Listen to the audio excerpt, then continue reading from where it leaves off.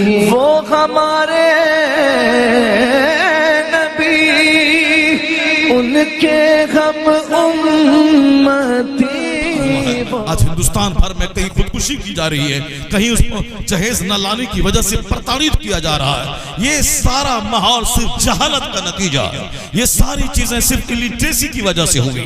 آج ہندوستان میں کیس آیا ہے, سارے لوگ پریشان ہیں. اب صاحب خوب ہنگامہ مچا ہوا ہے. عائشہ نام کی لڑکی نے خودکشی کر لی, بہت سارے اس کی حمایت میں آ گئے ہیں اور صاحب عارف کی مذمت کر رہے ہیں. مذہب اسلام ان دونوں کی مذمت کرتا ہے. مطالبہ جہیز جہاں حرام ہے, رشوت ہے, مطالبہ جہیز کرنا.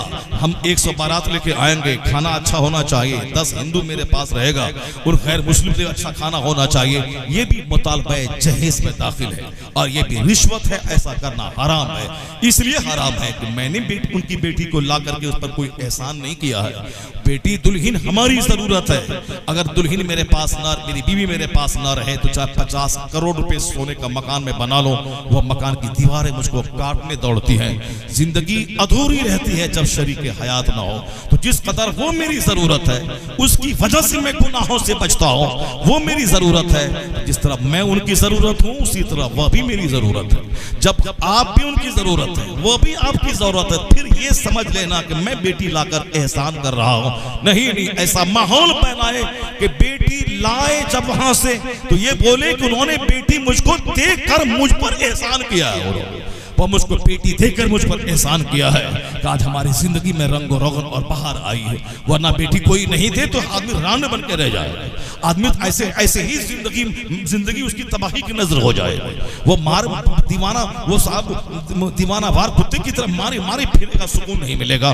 دماغی سکون اور جسمانی سکون کے لیے اللہ رب العزت نے مردوں کے مقابلے میں عورتوں کو پیدا کیا, ایک دوسرے کی ضرورت بنایا. تم باہر کماؤ, یہ گھر میں رہیں گے. اور پھر شادی بیاہ کو ہم نے یک طرفہ طور پر لڑکی والے پہ جو مطالبہ جہیز کا بوجھ لاد دیا کہ ہم آئیں گے, تم کو کھانا دینا ہے, فرنیچر دینا ہے, گاڑی دینی ہے, نقد دینا ہے, یہ تو حرام ہے. اس کی مذمت اسلام کرتا ہے. اب وہ لڑکا کیسا بے غیرت ہے جس لڑکی کے بیڈ پر بیٹھ کر بیوی سے ہم مستری کرتا ہے, بیوی کی دی ہوئی گاڑی پہ وہ چلتا ہے, بیوی کی دی ہوئی بیوی کے باپ کا دیا ہوا کھانا اپنے دوستوں کو کھلاتا ہے. جو میں نے 12 بجے کھانا کھایا وہ لڑکی کے باپ نے کھلایا. جو میں بائک پہ چل رہا ہوں لڑکی کے باپ نے دیا. جس چارپائی پہ میں سو کے عیش کر رہا ہوں وہ چارپائی بھی لڑکی کے باپ نے دیا ہے. جو کپڑا میں پہنا ہوں سوٹ یہ لڑکی کے باپ نے دیا. پھر تم کیا کا ہجڑا, تم ہجڑا ہے کیا جو لڑکی والوں کے رحم و کرم پہ ان کا کپڑا پہنو, ان کا بائک چلاؤ, ان کا کھانا کھاؤ, ان کے بیڈ پہ سو, ان کے میرر کا استعمال کرو, ان کے دیے فرنیچر کا استعمال کرو, ان کے دیے صوفے کا استعمال کرو. پیغمبر اعظم علیہ السلام نے اپنی بیٹی کی شادی مسجد میں کروا کے قیامت تک کے لوگوں کو ایک مزاج دیا تھا کہ بیٹی رحمت ہے, اسے زحمت کی شکل مت دینا. جس طرح میں نے بغیر کسی ظاہری تام جام کے سمپل ڈھنگ سے پرانے کپڑے میں اپنی بیٹی فاطمہ کا نکاح علی سے کر دیا ہے, تو اگر تمہیں کل بھی پیسہ کوڑی نہ ہو تو پھر اپنی بیٹی کا نکاح چاہے پیسہ ہزاروں کروڑوں ہو, اپنی بیٹی کا نکاح اسی طرح کرنا. اگر حضور چاہتے تو سارے مدینہ کے لوگوں کو سونے کا تاج پہنا دیتے, حضرت علی کو سر سے لے کے پاؤں تک اسے ریشمی لباس دے دیتے, 1 لاکھ صحابی کو دعوت دے کر سبوں کو بلا لیتے. مگر مصطفیٰ نے نہ مکہ کے صحاب کو بلایا, نہ مدینہ کے صحابی کو بلایا, نہ کسی کو کارڈ تقسیم کیا, نہ کسی کو بلایا. چند لوگ مسجد میں بیٹھے ہیں, خطاب کیا. اس خطبہ نکاح میں 3 آیتوں کی تلاوت کی. ان تینوں آیتوں کی ابتدا اللہ سے ڈرنے سے ہوتی ہے کہ دنیا کی دوسری قومیں شادی کے موقع پر پھسلتی ہے. یہ شادی خوشی کا موقع ہے, اس خوشی کے موقع پہ ہمیں خوب مستیاں کرنی ہے.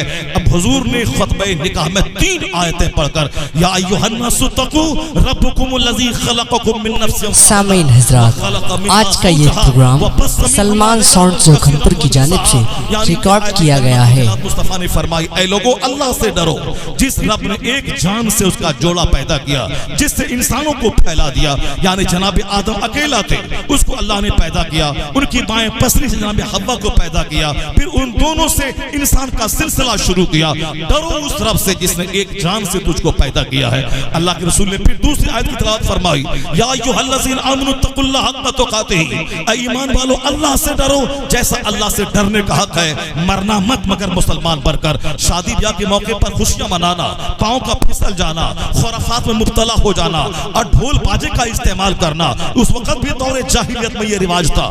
آقا علیہ السلام نے منع کیا، 3 آیتیں پڑھی، اللہ سے ڈرنا، مسلمان بن کے رہنا، نہ کوئی مصیبت مسلمانی کو چھیننے پائے، نہ کوئی خوشی کا موقع مسلمانیت پہ کوئی داغ لگانے پائے، ہر حال میں مومن بن کے رہنا، چاہے بیٹا مر جائے تو بھی مومن بن کے رہنا، چاہے بیٹی کی شادی ہو تو بھی مومن بن کے رہنا، چاہے اپنی شادی ہو تو بھی مومن بن کے رہنا۔ یعنی کافروں کے طرز حیات کی نقل مت کرنا، ان کی روش پہ مت عمل کرنا، ناچنا گانا مت، بیٹی والوں پہ بوجھ مت بانٹنا، اس کی زمین مت بچوانا، ان کے کپڑے رحم و کرم پہ مت جینا۔ تم مرد ہے، تم کو اللہ نے حاکم بنایا ہے، تو حاکم بنایا حاکمیت کا مظاہرہ کرنا، یعنی بیوی کو نکاح میں لانا، مہر کی رقم تم دینا، اس کا کپڑا تم دینا، اس کی روٹی تم دینا، وہ بیمار پڑے علاج معالجہ تم کروانا، رانی بنا کے تم رکھنا، تم 8 گھنٹے کام کرنا، اور گھر میں رانی بن کے وہ رہے گی، وہ تجھے سکون بخشے گی، تیرے بچوں کو پالے گی، تیرے گھر کو جنت بنائے گی، ماں باپ سارا سنسار چھوڑ کر وہ تیری راحت کا خیال رکھے گی، اس پر جمعہ فرض نہیں ہے وہ گھر میں رہے گی، عیدین واجب نہیں وہ گھر میں رہے گی، اس پر جہاد فرض نہیں وہ گھر میں رہے گی، وہ تیرے پاؤں کو دبائے جہاد کا ثواب ملے گا، وہ تیرا کپڑا دھوئے اسے جہاد کا ثواب ملے گا، وہ تیرے بچوں کو دودھ پلائے ہر دھار کے بدلے میں اجر ملے گا، یعنی وہ تیرے گھر کو جنت بنائے گی، اور تم اس پر بوجھ مت ڈالنا، جو کھاتے ہو وہ کھلانا، جو پہنتے ہو وہ پہنانا، اس کے مہر کی رقم خوش دلی سے ادا کر دینا، یعنی اس کی ساری ضروریات کی تکمیل تم کرنا۔ حضور نے یہ کہا، اگر کاش ہم بھی ایسا کرنے لگے، نہ لڑکی کے باپ زمین بیچے گا، نہ ہمیں ہمارے کھانے کے لیے بھیک مانگے گا، نہ اپنا زمین کا سودا کرے گا۔ اگر ہم نے دلہن کو لیا اور سارا مینٹین اپنی طرف سے میں نے کیا، تو اگر 50 بیٹی ہو جائے تو بھی بوجھ نہیں ہوگی، نہ چہرہ کالا ہوگا، نہ بیٹی کو دفن کیا جائے گا، اور جس حال میں جی رہا ہوں، جس کے پاس 2 بیٹی وہ زہر کھا لے گا۔ زہر کی ذمہ داری اس مشرکانہ عمل پہ، اس ہندوانہ عمل پہ، اس خرافات والی تہذیب پہ، اس لیے حضور نے اللہ سے ڈرنے کی آیتیں پڑھ کے بتایا، تاکہ شادی کی محفل کو خرافات کی نظر مت کر دینا، پاؤں پھسلنے کا چانس ہے، اللہ سے ڈرتے رہنا۔ حضور نے فرمایا، ایھا الذین آمنوا اتقوا اللہ وقولوا قولا سدیدا، سیدھی بات کہنا، اللہ رسول کی نافرمانی مت کرنا۔ 3 آیتوں کو پڑھ کے بتا دیا کہ شادی میں پاؤں پھسلے نہیں، پلان نہیں پھسلے، ضمیر نہیں پھسلے، ہاتھ پاؤں نہیں پھسلے، اس لیے کنٹرول میں رہنا۔ اگر شادی کنٹرول میں ہو گئی تو جہیز کے مطالبے کے نام پہ جو جانے جا رہی ہے، اس کا دروازہ بند ہو جائے گا، عورتوں کے دفن کرنے کا دروازہ بند ہو جائے گا، کیس مقدمہ پنچایتی کے نام پہ جو لاکھوں خرچ ہوتے ہیں اس کا دروازہ بند ہوگا۔ مصطفیٰ کی مخالفت کرے گا تو لڑکا بھی مجرم، لڑکی زہر کھا کے مرے گی وہ بھی مجرم، وہ زہر کھا کے کیوں مری، خودکشی انہوں نے کیوں کیا، 1000 مصیبتیں آئی تھی، ہمت و حوصلہ سے کام لیتی، زہر کھا کے مرنا، انہوں نے خودکشی کیا، ایک غلط موت مری ہے، جہنم جائے گی، انہوں نے تکلیف دیا وہ بھی جہنمی، یہ خودکشی کیا یہ بھی جہنمی۔ اسلام یہ نہیں کہتا کہ تم جہیز کا مطالبہ کر اور تم خودکشی کر لے۔ ایک طرفہ طور پر عارف بھی مجرم ہے جنہوں نے مطالبہ جہیز کر کے عورتوں کو پرتاڑت کیا، دوسری طرف عائشہ بھی مجرم ہے جنہوں نے خودکشی کا راستہ اختیار کر کے حرام کا دروازہ کھولا۔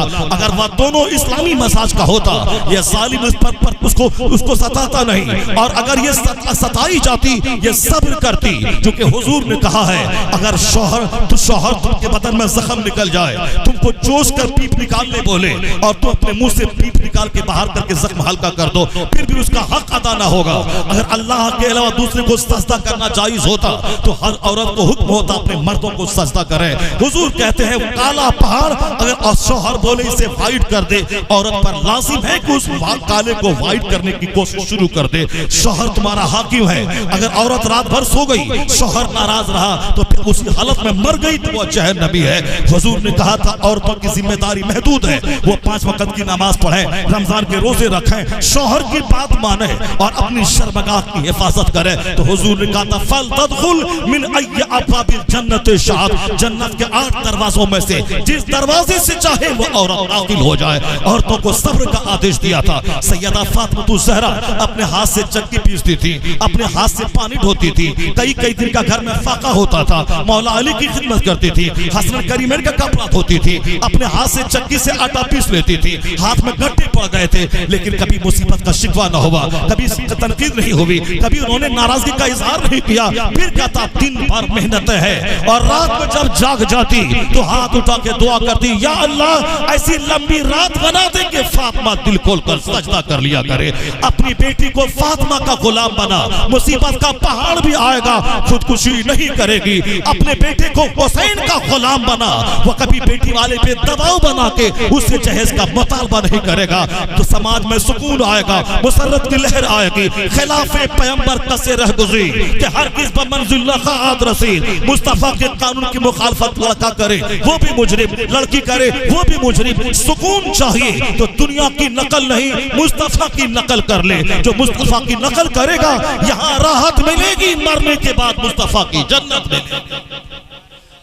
دونوں جہان کا سکون کا راز اسی میں پنہا ہے۔ آدمی کسی فلم میں ایکٹر کی نقل نہ کرے، مصطفیٰ کی نقل کرے۔ ایسا نہیں کہ عائشہ بہت مظلوم ہے، عائشہ بہت ہمدردی کی لائق ہے، نہیں، وہ بھی مجرمہ ہے۔ انہوں نے خودکشی کیوں کی؟ انہوں نے پانی میں کود کر اپنی جان کیوں دیا؟ صبر کی انتہا کرتی فاطمہ الزہرا نے۔ میرا بیٹا امیتابھ کا غلام بن رہا ہے، سوچتا ہے کہ سچی خوشی مل جائے۔